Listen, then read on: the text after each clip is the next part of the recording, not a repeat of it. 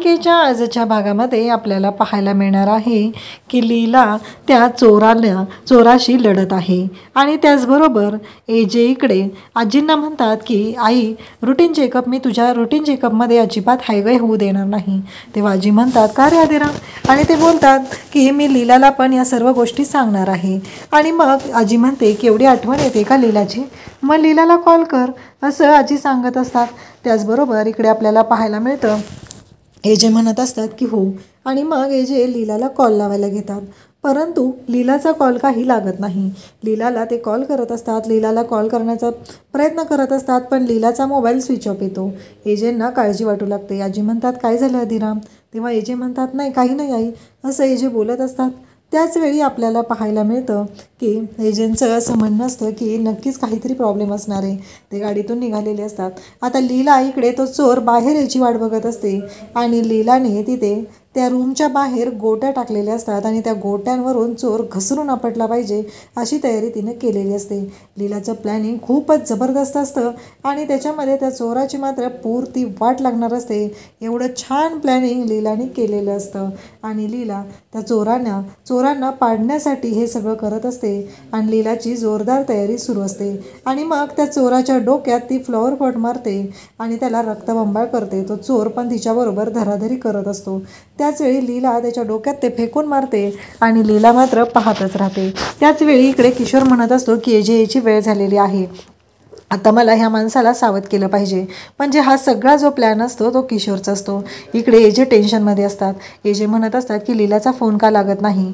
आणि त्याचवेळी आपल्याला पाहायला मिळतं की इकडे किशोरने त्या फोनवरती फोन केलेला असतो आणि लीला तो फोन उचलण्यासाठी गेलेली असते.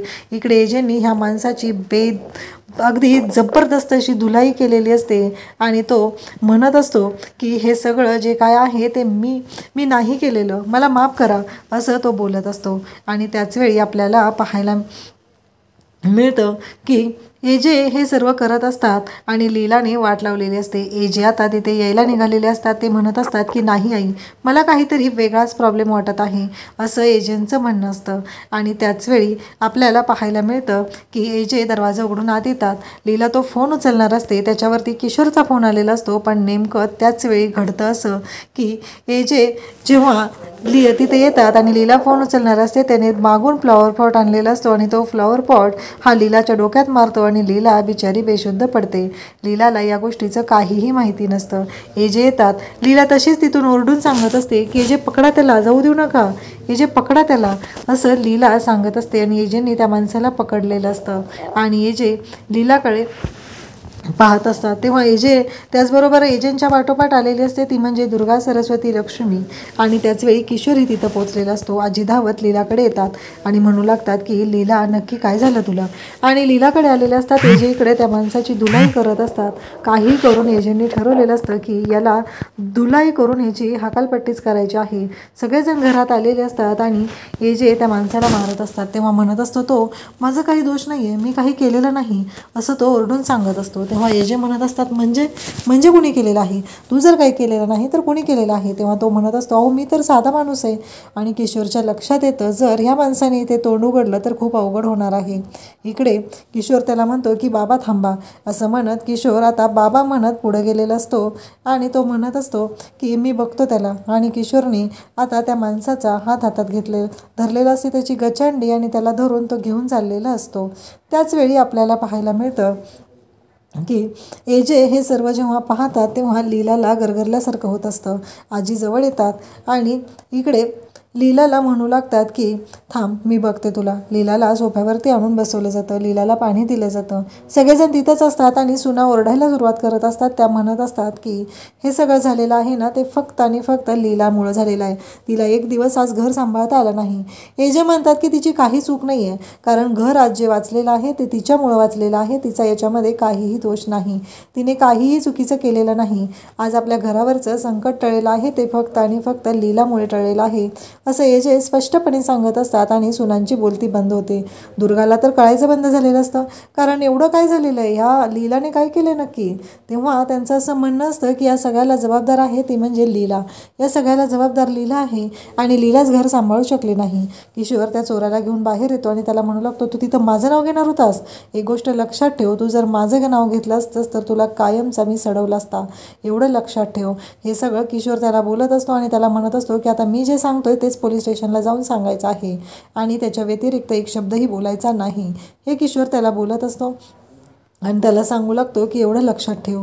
त्यानंतर किशोर त्याला पोलिसांच्या ताब्यात देतो आणि किशोर म्हणतो की थोड्या दिवसांनी मी तुला त्यातून बाहेर काढेल, हेही किशोरने सांगितलेलं असतं.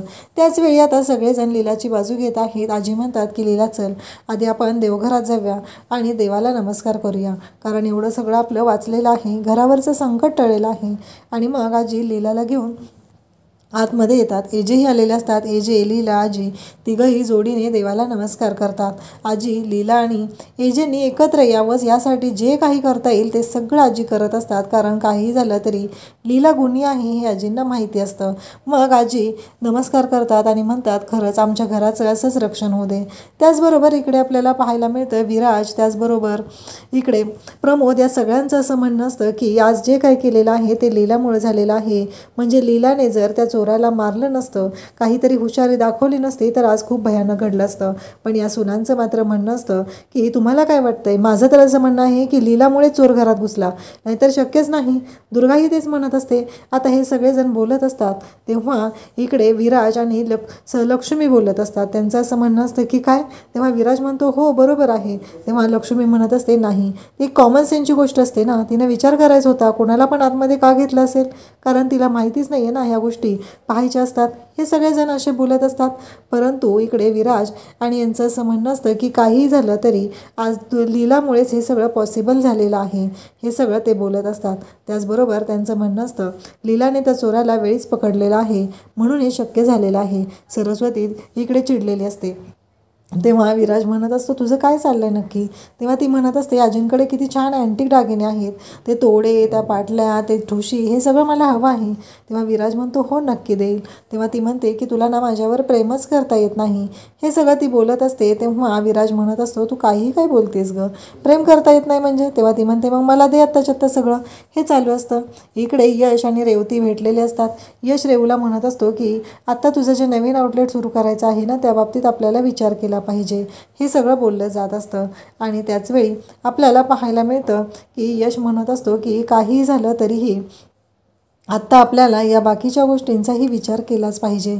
आणि मला काय वाटते माहिती आहे का, तू मॉलच्या शेजारी बघ, तुझा बिझनेस ग्रो करणं महत्त्वाचं आहे, असं तो सांगत असतो. तेव्हा रेवती म्हणते की चालेल, आपण ना आपला सगळा प्लॅन तयार करूया आणि एजंटना आणि ताईला दाखवूया, मग त्यांच्याकडनं अप्रूव्हल घेऊया. तेव्हा तो म्हणत असतो की चालेल, काही झालं तरीही हे मला मान्य आहे, असं त्याचं म्हणणं असतं.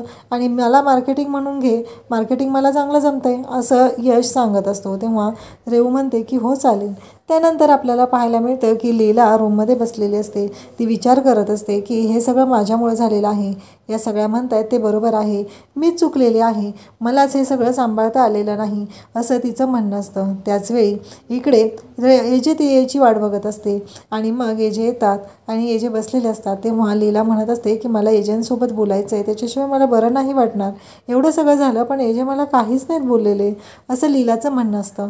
आणि त्याचवेळी आपल्याला पाहायला मिळतं की एजे म्हणतात की काय झालं. तेव्हा लीला येते आणि त्या चाव्या देते आणि ती म्हणते की मला नाही जमत, कारण सगळ्यांनी सांगितलं ना, मी नाही करू शकत ह्या गोष्टी, मला माहिती आहे माझ्याकडून चुका होतात, हे सगळं लीला बोलत असते. तेव्हा एजे म्हणत असतात नाही, कोण म्हणलं तुला तुझ्याकडून चुका होतात आणि हे सगळं चुकीचं आहे, असं एजे तिला समजून सांगत असतात.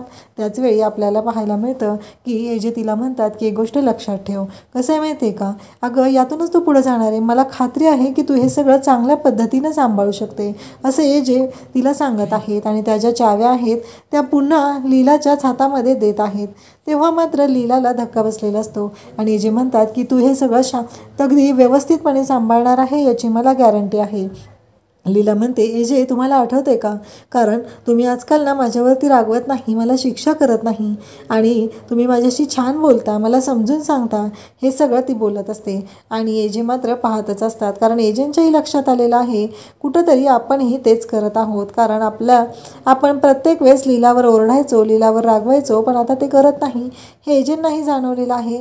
आणि एजे लीलाकडे पाहत आहेत आणि तेही गोड अशी स्माईल लीलाला देत आहेत. अशा पद्धतीने आपल्याला एजे आणि लीलाचं नातं फुलताना पाहायला मिळणार आहे. अशाच अपडेटसाठी चॅनलला सबस्क्राईब करा. आणि आत्ता मी फोटो वापरू शकलेले नाही, कारण थोडासा इश्यू होत आहे, टेक्निकल प्रॉब्लेम आहे. थोड्याच दिवसात पुन्हा फोटोवरती अपडेट तुम्हाला पाहायला मिळतील. थँक्यू.